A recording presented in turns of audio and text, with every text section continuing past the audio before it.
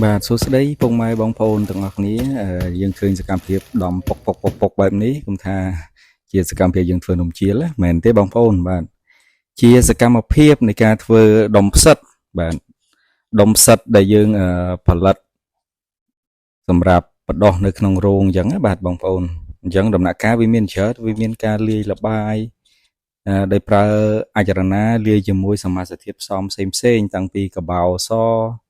បាទតាំងពីកន្ទុកអីផ្សេងអញ្ចឹងទៅអចរណាកស៊ូបាទអញ្ចឹងទម្រាំតបានដុំផ្សិតមួយដុំបើផ្កាផ្សិតនៅក្នុងរោងហ្នឹងវាមានច្រើនប្រសេសមានតាំងពីការលាយលបាយបាទច្រកលបាយហើយច្រកលបាយហ្នឹងមែនតើទៅយើងប្រើម៉ាស៊ីនមានម៉ាស៊ីនជួយច្រកគ្រាន់តែដើម្បីបង្ហាប់ឲ្យវាកាន់តំណែងមុននឹងយើងបិទឆ្នុកបិទកម្របហើយយើងប្រើគ្នាកម្លាំងជួយ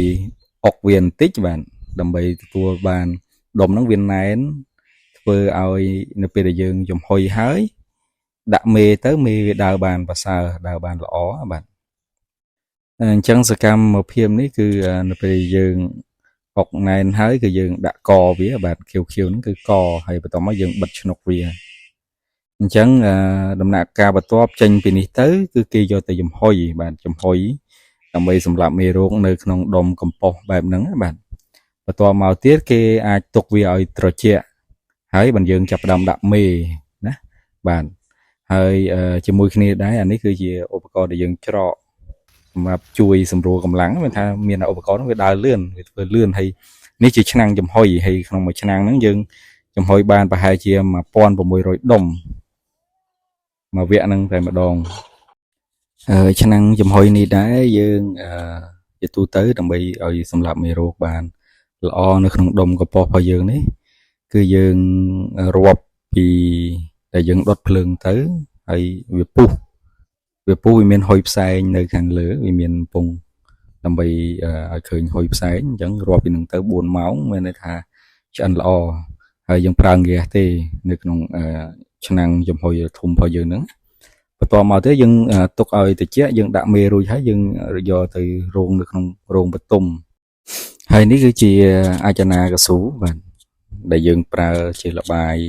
នៃការធ្វើកំប៉ុស្តផ្សិតបាទអញ្ចឹងនៅពេលដែលយើងដាក់មេហើយរយៈពេល1ខែសរសៃផ្សិតមេផ្សិតហ្នឹងវាដើរពេញបាទដើរពេញគឺសដុំរបស់យើងធម្មតាវាប្រភេទខ្មៅទេតែពេលដើរពេញទៅសាច់សបែបនេះបាទនៅពេលដើរដល់បាតហើយយើងអាចជូនវាត្រៀមបញ្ចូលនៅក្នុងរោងដើម្បីឲ្យយើងបើកផ្កាផ្សិតបាន